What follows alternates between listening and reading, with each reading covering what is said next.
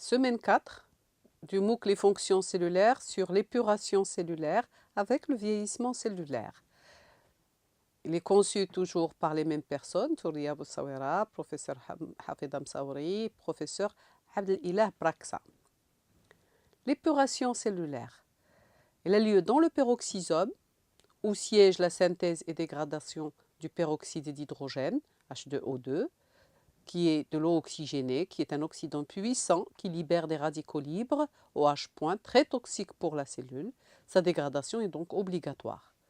Le peroxysome renferme deux types d'enzymes, les oxydases peroxysomiales qui produisent H2O2 ou qui catalysent les réactions produisant H2O2 en utilisant l'oxygène, et puis la catalase qui catalyse plusieurs substrats en utilisant le H2O2 et en le dégradant, c'est les réactions de dismutation.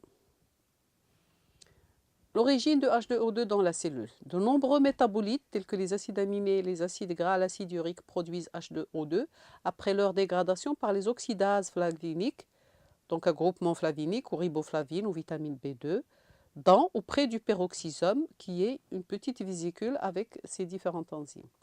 Exemple d'oxydase flavinique, vous avez le ratoxydase, la glycolate oxydase, la D-aminoacide oxydase.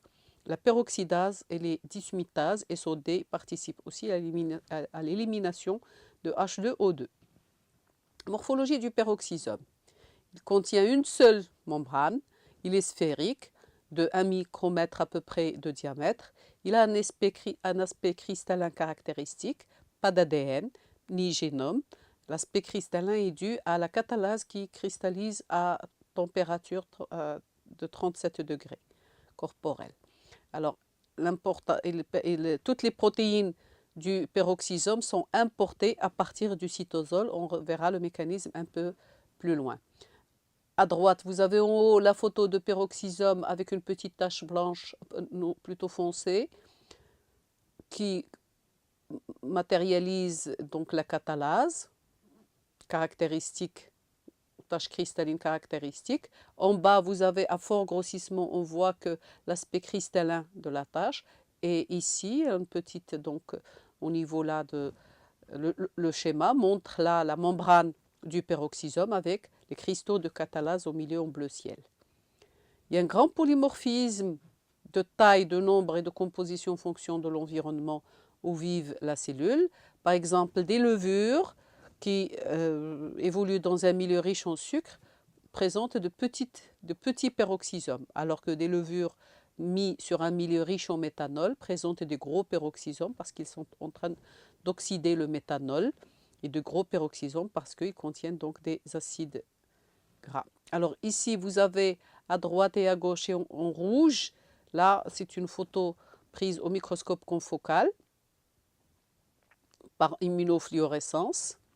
Alors là, vous avez les points rouges. À droite, ils sont allongés, plus gros.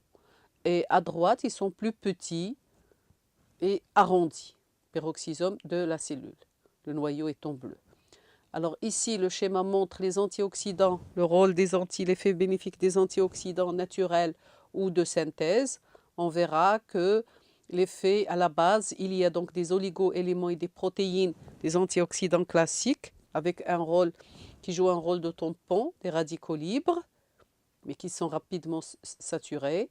Et en haut, les enzymes essentielles, telles que la catalase, la SOD, le glutathion et le peroxydase. L'effet protecteur est croissant lorsqu'on utilisera donc des enzymes essentielles, spécifiques du peroxysome. Le glutathion est un antioxydant endogène. Ce sont des petites molécules présentes dans presque chaque cellule du corps. Ils sont présents sous deux formes, la forme réduite ou GSH et la forme oxydée GASSG. Il est synthétisé dans l'organisme à partir de 3 acides aminés, glutamine, glycine et cystéine, qui contient du soufre, le thiol, responsable de l'activité de détoxification dans la cellule. Il se lie aux métaux lourds et les excrète sans dégâts, comme par exemple le mercure, en formant donc le complexe HGS.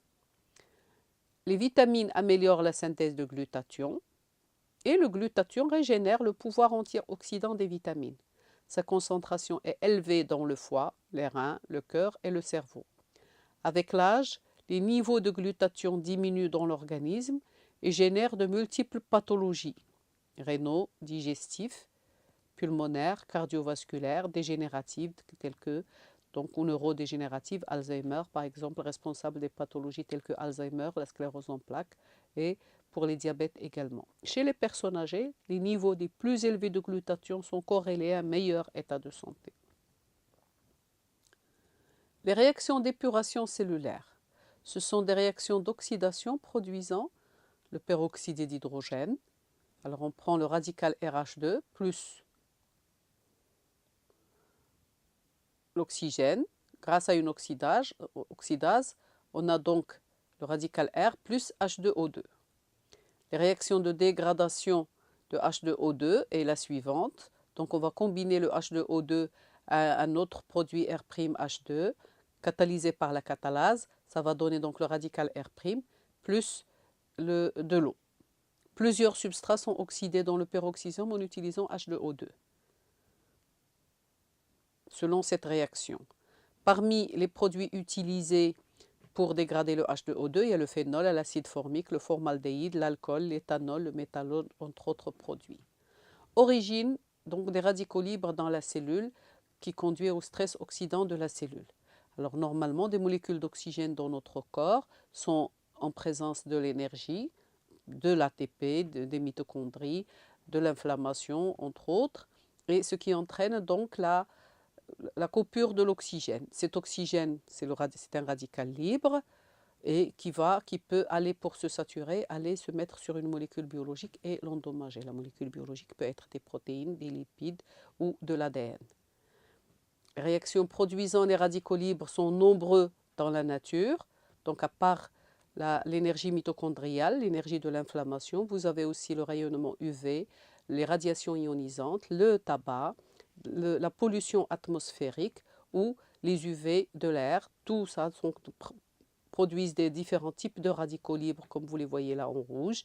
Et tous ces radicaux libres, ou ROS, substrat réactif de l'oxygène, entraînent des dégâts sur les molécules biologiques telles que l'ADN, les protéines et les lipides.